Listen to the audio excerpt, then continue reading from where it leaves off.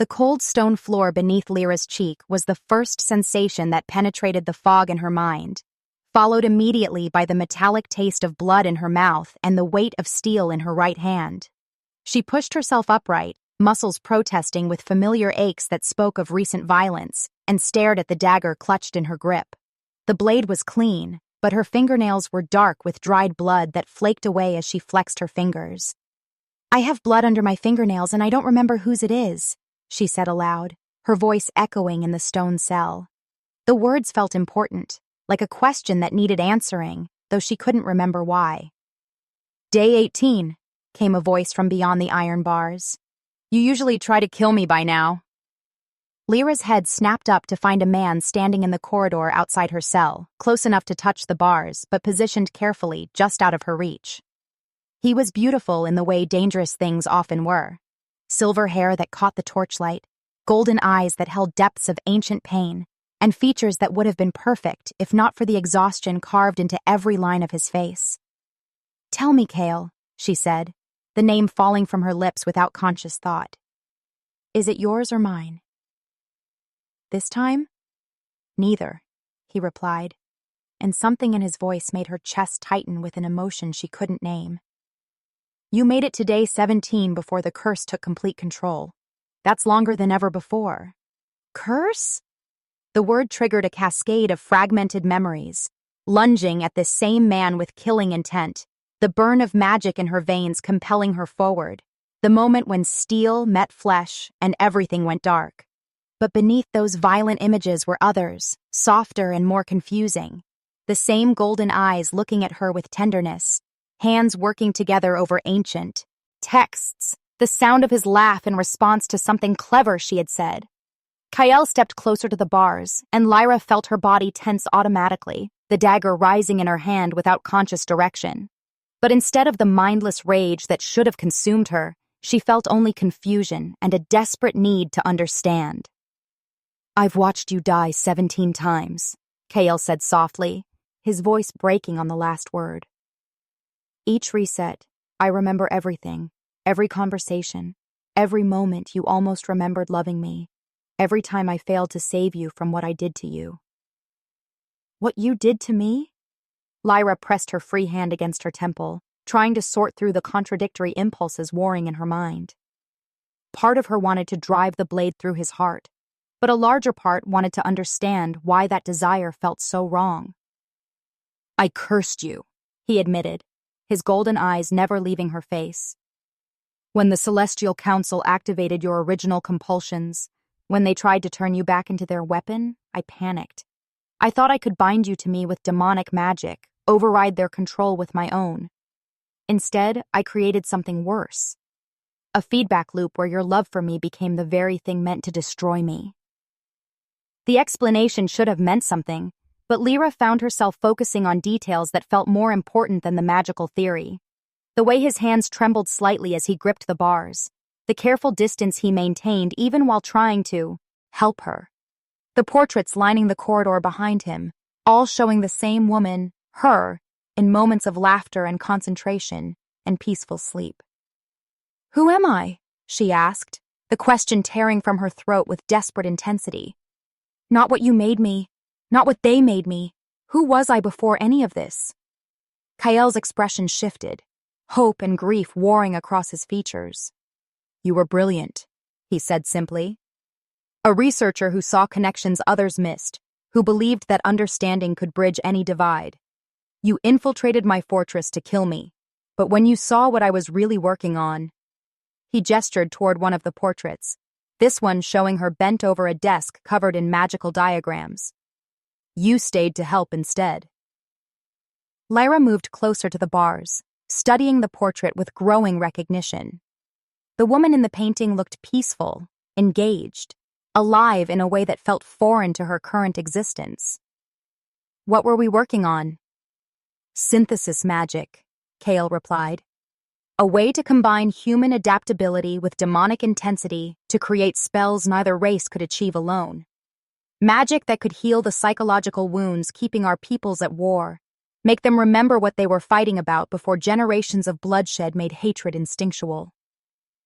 "And we were close to completing it?" The knowledge felt just out of reach, like a word on the tip of her tongue. 3 days, Kale said, his voice thick with regret. We were 3 days away from changing everything when they activated your kill switch.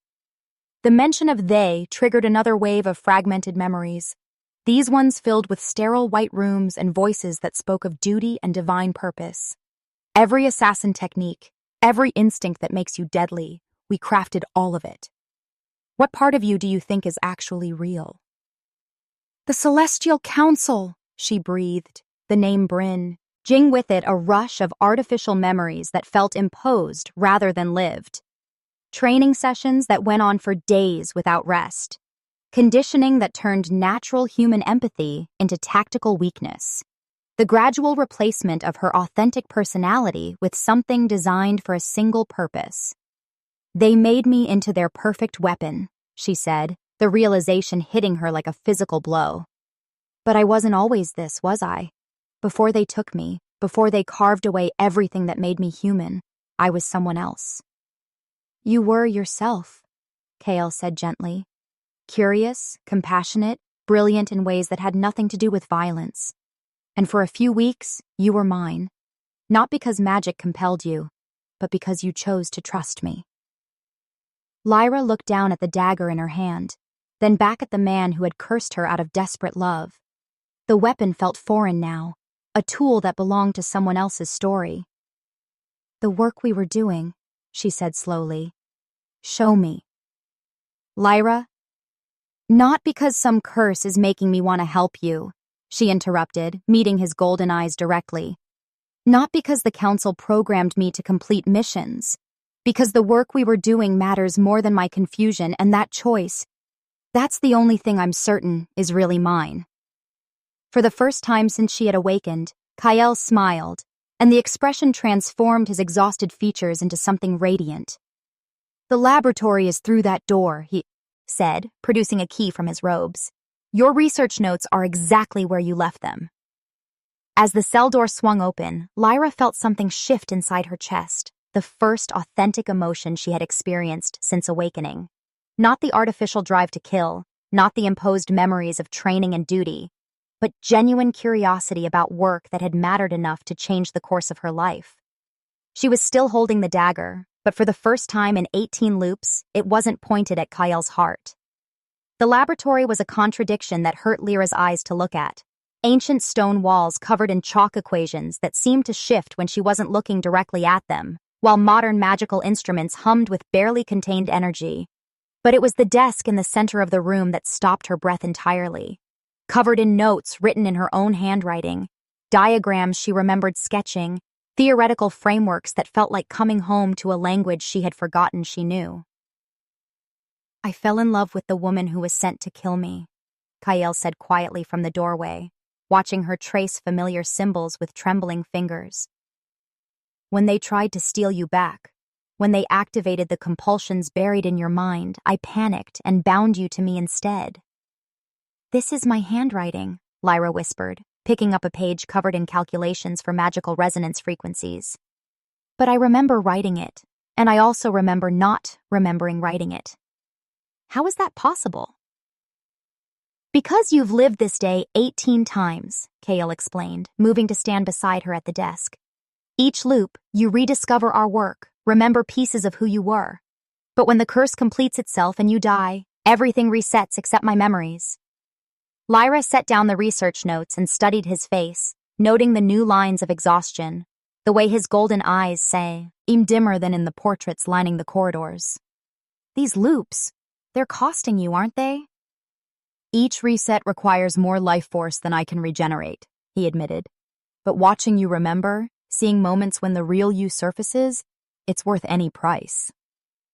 How do I know if what I'm feeling is real or just another cage you've built around my heart?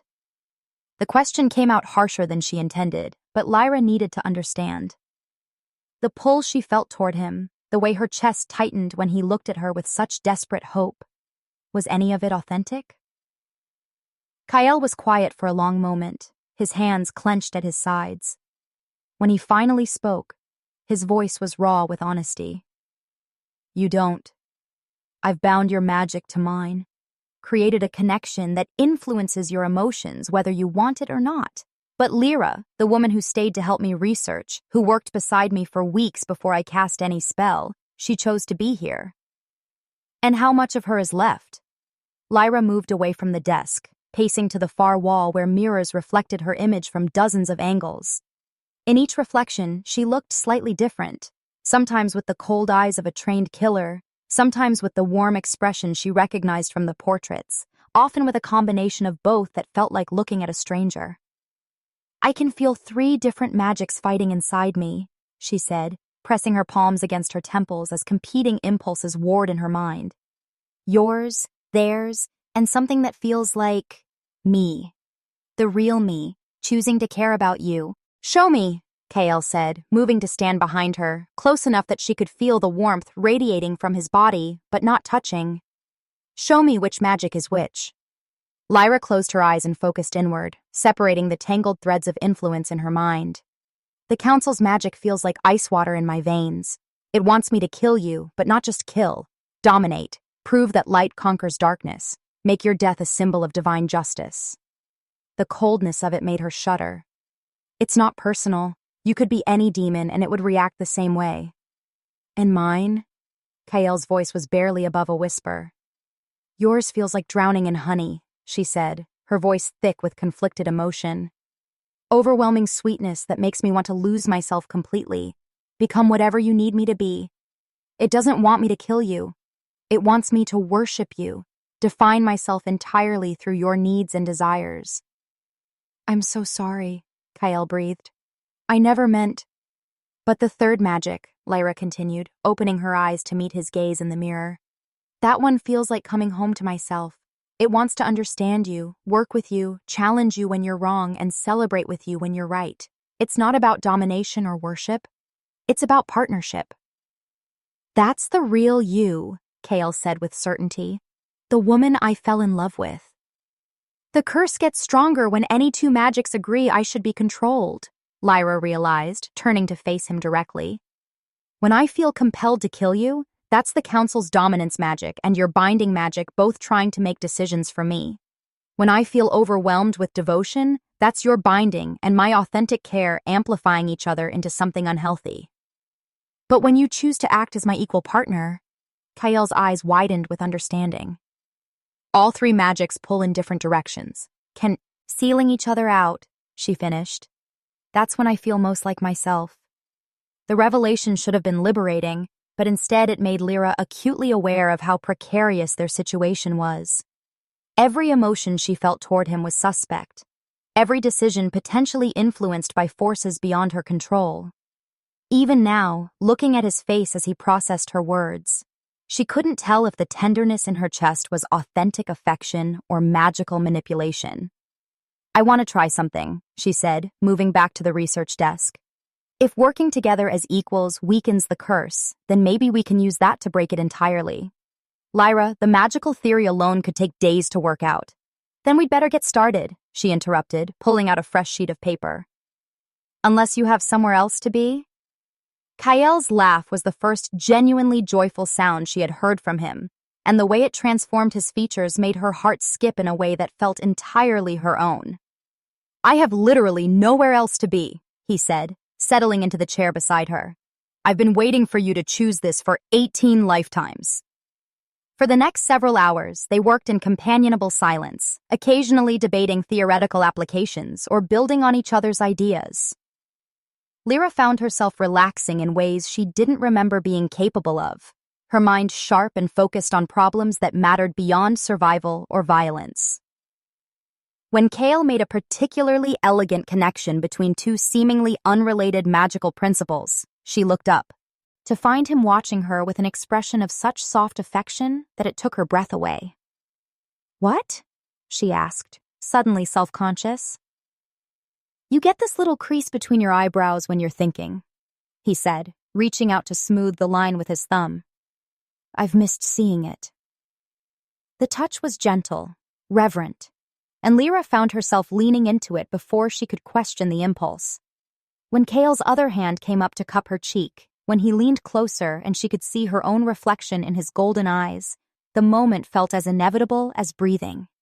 But just as their lips were about to meet, pain exploded through Lyra's skull as the curse reasserted itself with vicious intensity. Her hand moved without her permission, grabbing the dagger from where she had set it aside and driving it toward Kyl's heart with killing precision. He caught her wrist inches from his chest, his grip gentle despite the deadly intent behind her strike. "Lyra, fight it. You're stronger than this."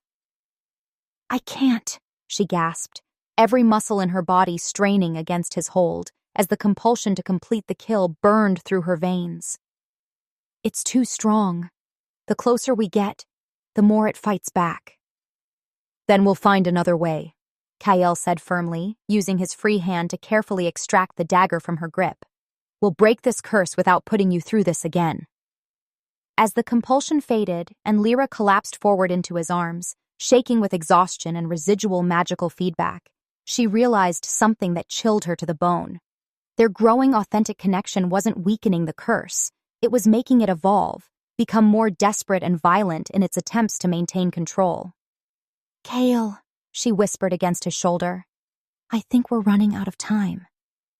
The breakthrough came on day 23, when Lyra's hands moved through a complex magical sequence without conscious thought. Muscle memory guiding her through calculations she couldn't remember learning. The synthesis magic responded to her touch like greeting an old friend, threads of human and demonic energy weaving together in patterns that should have been impossible. "We weren't just lovers, were we?" she said, watching the magical construct take shape between her palms. A delicate lattice of light and shadow that pulsed with harmonious rhythm. "We were going to save both our peoples, and they destroyed us to maintain their control." Kyle looked up from his own portion of the spell, his face drawn with exhaustion that seemed to grow deeper each day. "The night before they came for us, you stayed up until dawn perfecting that exact sequence. You said our magic together felt like coming home to yourself." "I want to feel that again," Lyra whispered, reaching across the space between them to connect her magical construct with his. The moment their energies merged, memories flooded back with stunning clarity. Not the fragmented glimpses she had been experiencing, but full, vivid recollections of who they had been together.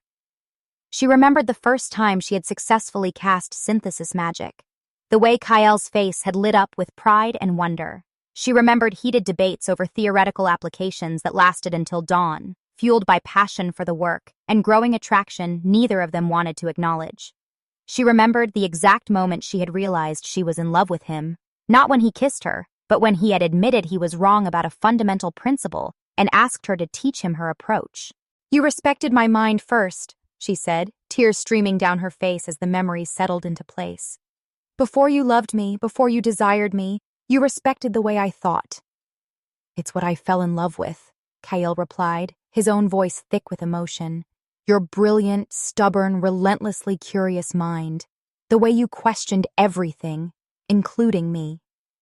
The magical construct between them had grown into something magnificent, a swirling galaxy of integrated energies that seemed to heal the air around it. But even as Lyra marveled at what they had created together, she noticed Kale swaying slightly, his golden eyes dimming. "How long do we have?" she asked quietly. "Every day I grow weaker maintaining these time loops," he admitted, lowering his hands and letting his portion of the spell fade. "We have maybe 10 resets left before I don't have the strength to bring you back." "You're dying for me," Lyra said, the realization hitting her like a physical blow.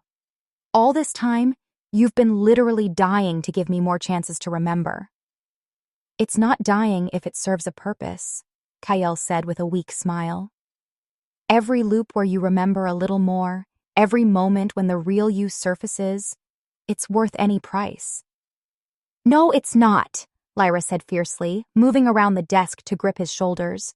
"This isn't love, Kale. This is self-destruction disguised as devotion. The same mistake you made when you cast the curse in the first place." Kale's expression crumbled. "I don't know how else to save you. The curse is adapting to everything we try, becoming more violent with each attempt to resist it.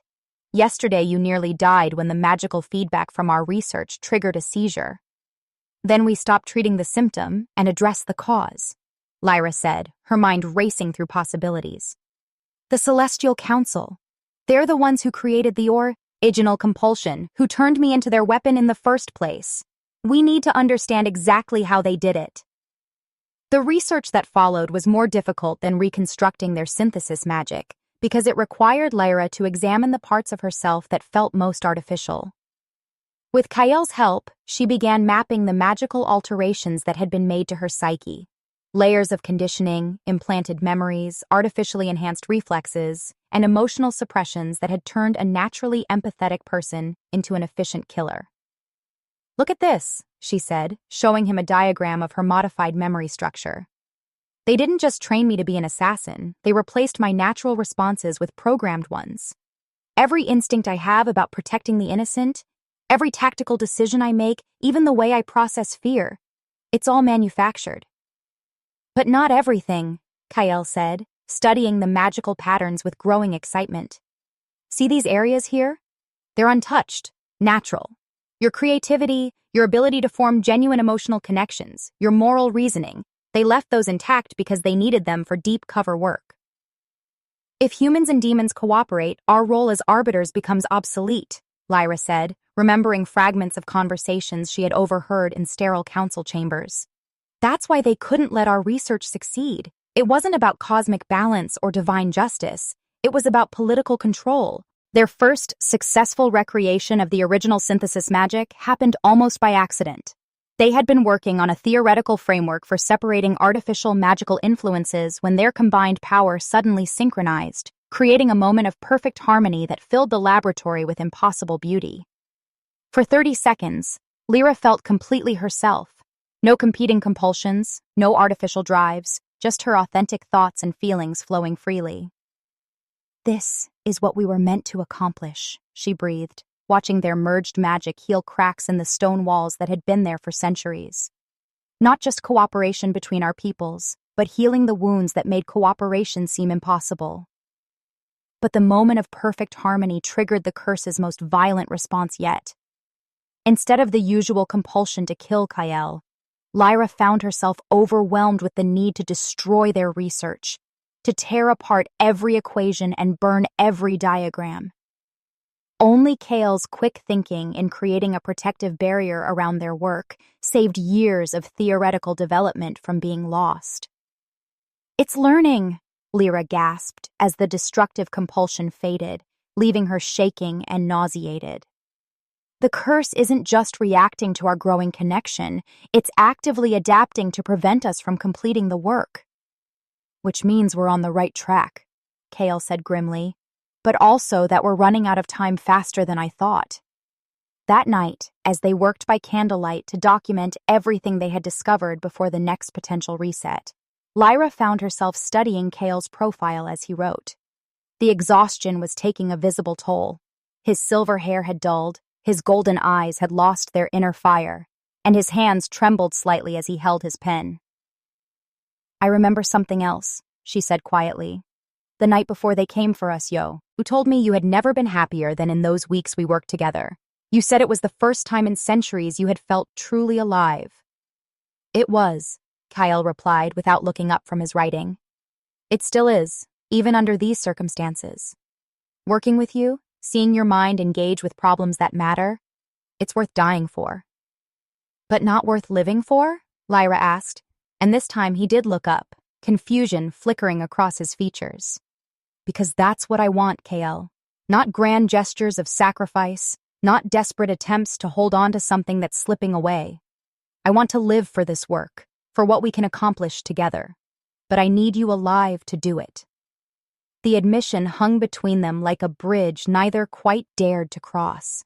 They had spoken of love, of the connection between them, of the memories they shared, but they had never spoken of a future that extended beyond breaking the curse. 10 more resets, Kael said finally. "If we can't find a solution in 10 more loops." "We will," Lyra interrupted with fierce certainty, "because the alternative is unacceptable, and I refuse to accept the unacceptable." Outside the laboratory windows, storm clouds were gathering with unnatural speed, and the air itself seemed to thicken with approaching threat. Neither of them spoke of it, but both sensed that their time was running shorter than even Kael's dire predictions suggested. The storm broke at dawn on day 25, but instead of rain, it brought beings of pure light descending from tears in the sky itself. Lyra felt their presence like ice in her veins before she saw them. The familiar sensation of divine magic that had been woven into her very bones. When the laboratory door exploded inward and Celestial Council agents poured through, led by a figure whose radiance hurt to look at directly, she wasn't surprised. She had been expecting this confrontation since the moment she first chose to help Kael rather than kill him. Weapon designation Lyra 7, the leading figure announced, her voice carrying harmonics that bypassed the ears and spoke directly to the soul. You will cease this unauthorized activity and return to your designated function immediately. Archon Meridia, Kael said, stepping protectively in front of Lyra despite his obvious exhaustion. She's not your weapon anymore. You think this is about love? Meridia's laugh was like crystal breaking. This thing you're so desperate to protect isn't even real. Every memory, every skill, every instinct that makes her effective, we crafted all of it. She's a weapon we spent decades perfecting, and we're taking her home.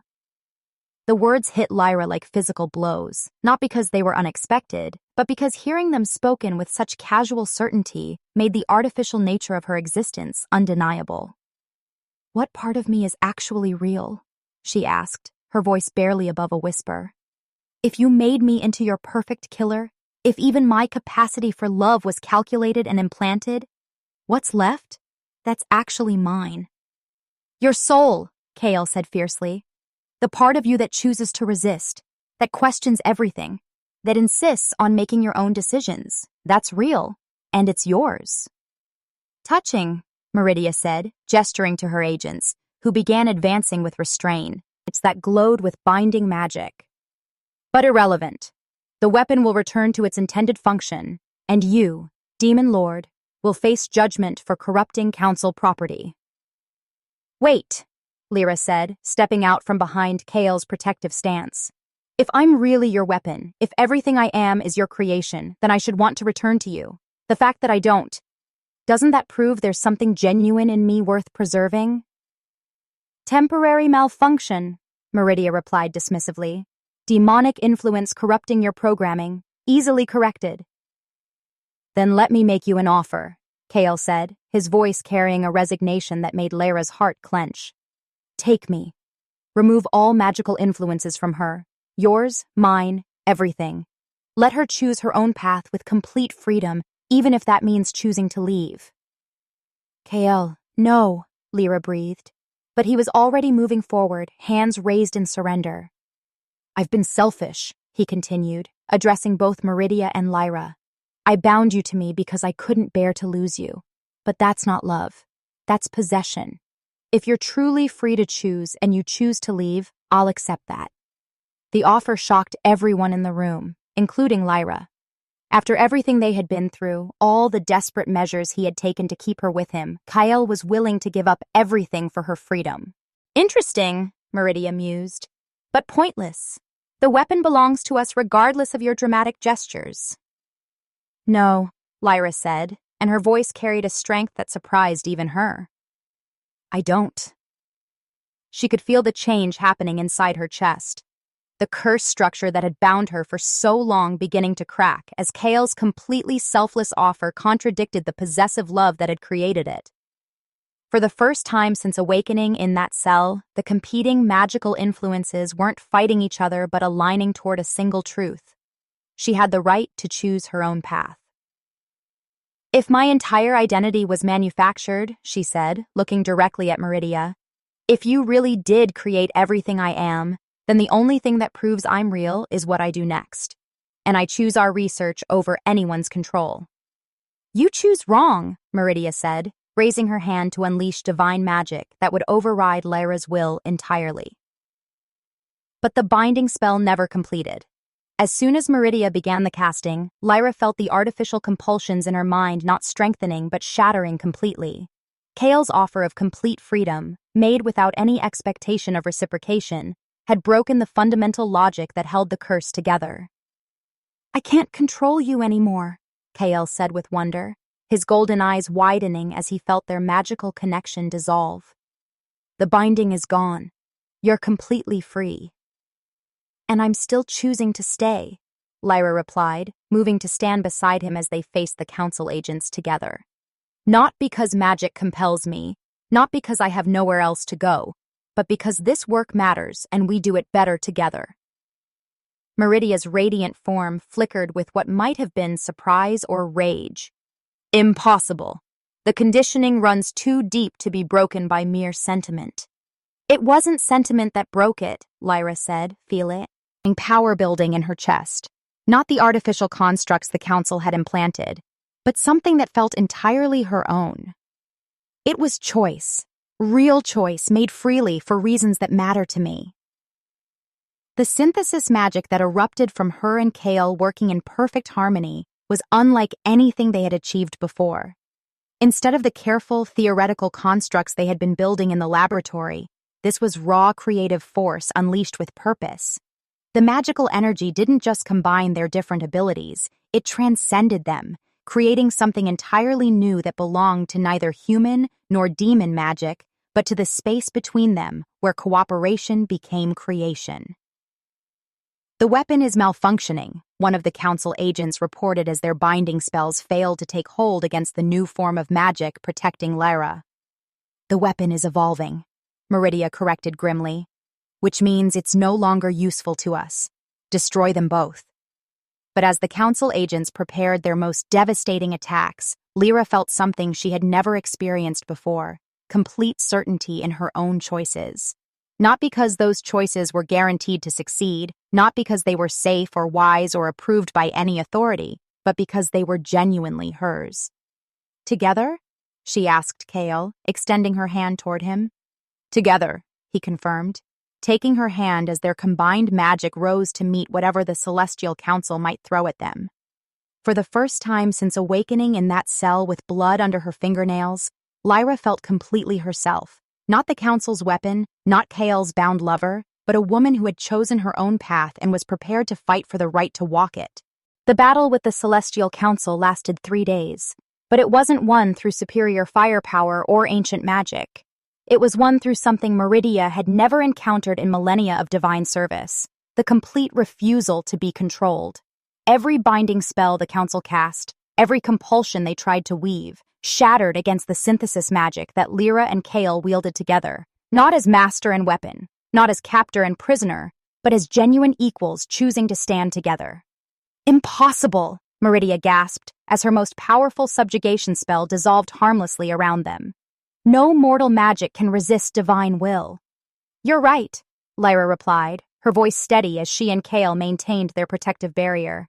Mortal magic can't resist divine will, but this isn't mortal magic anymore. It's something entirely new, created by choice rather than imposed by authority.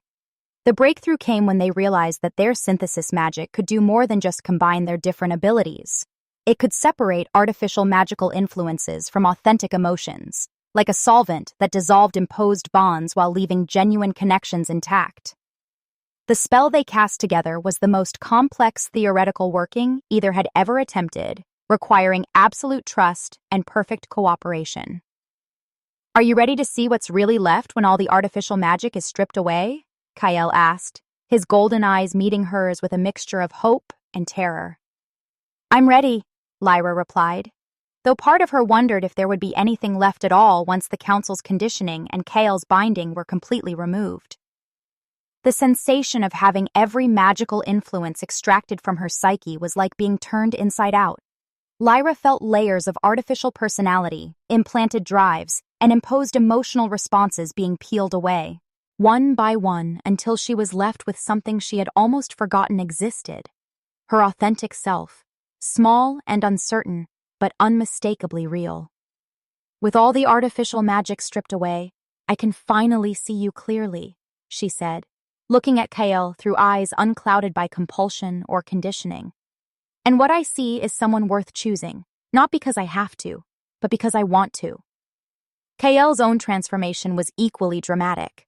Without the desperate need that had driven him to cast the binding spell, without the accumulated guilt and fear that had shaped his every interaction with her, He became someone quieter, more thoughtful, infinitely more appealing to her genuine preferences. "We're not soulmates bound by destiny," Lyra continued, reaching for his hand with a gesture that felt like the first truly free choice she had ever made. "We're something better, partners who choose each other every day." The revelation of what remained beneath all the magical manipulation was both humbling and wonderful. They genuinely enjoyed each other's company, respected each other's minds, found comfort in each other's presence. The romantic attraction was real, but not overwhelming, based on compatibility rather than cosmic compulsion. Most importantly, they could disagree, even argue, without either the relationship or their magical partnership suffering for it. "Our love isn't perfect or destined," Lyra said as they worked together to perfect the synthesis magic that would free others from similar manipulation.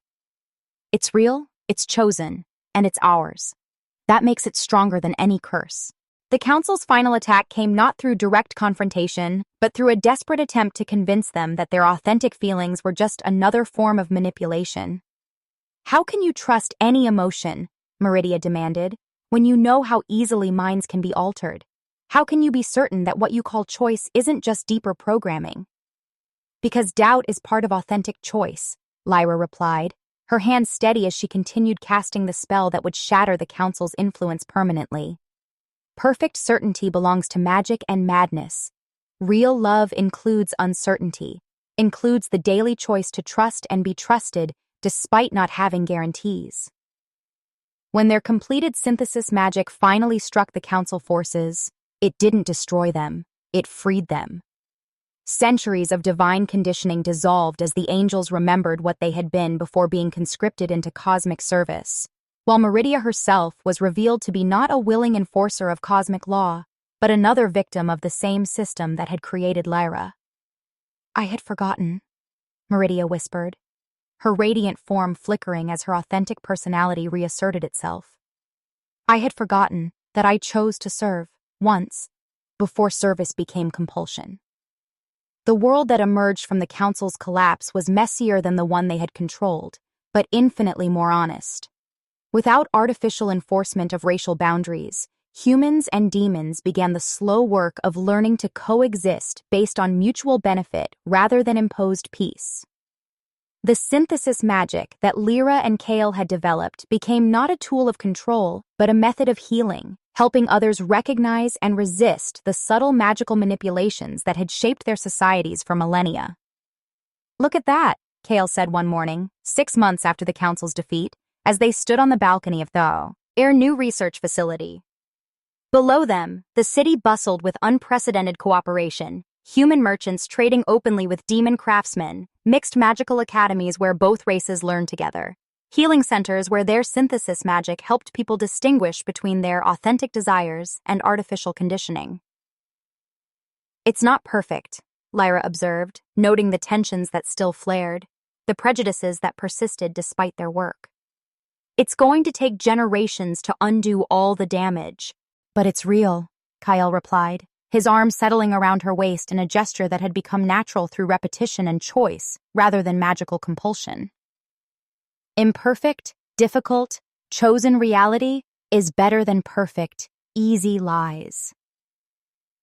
Their own relationship had found its rhythm in this new world, passionate about their shared work, comfortable in domestic routines, occasionally frustrated with each other in the way that people who genuinely know each other can be.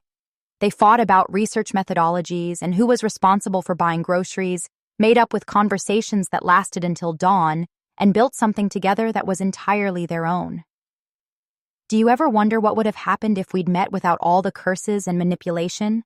Lyra asked one evening, as they worked late in their laboratory, perfecting a new application of synthesis magic that could help war veterans distinguish between authentic trauma responses and magically implanted triggers. "No," Kale replied, looking up from his calculations with the gentle smile that never failed to make her heart skip. "Because then we wouldn't have learned the difference between love that's forced and love that's chosen. This version of us, tested, freed, and authentic, this is the love worth fighting for." Lyra set down her pen and moved to kiss him, a simple gesture made profound by the knowledge that it was entirely her choice to make. When they broke apart, She rested her forehead against his and spoke the words that had become their private truth. No magic compels this. No destiny demands it. No authority commands it. This is ours, freely given and freely received. This is ours, Kale agreed. And in those words was the foundation of everything they had built together. A love that had survived being cursed, manipulated, tested, and stripped of all artificial supports, emerging stronger for having been chosen rather than imposed. Outside their laboratory windows, the city continued its imperfect, honest work of becoming something new. And inside, two people who had learned the difference between being bound and choosing to bind themselves together continued the work that had brought them together in the first place. Not because magic demanded it, not because destiny required it, but because it mattered to them, and they had decided that was reason enough. What would you do if you discovered your entire identity was artificially created to make you the perfect weapon? Could you choose love over destiny when that choice might cost everything? Drop a comment sharing whether you think Lyra and Kale's love story proves that authentic choice is stronger than magical compulsion, and smash that subscribe button for more manhwa tales where cursed hearts break free from their chains.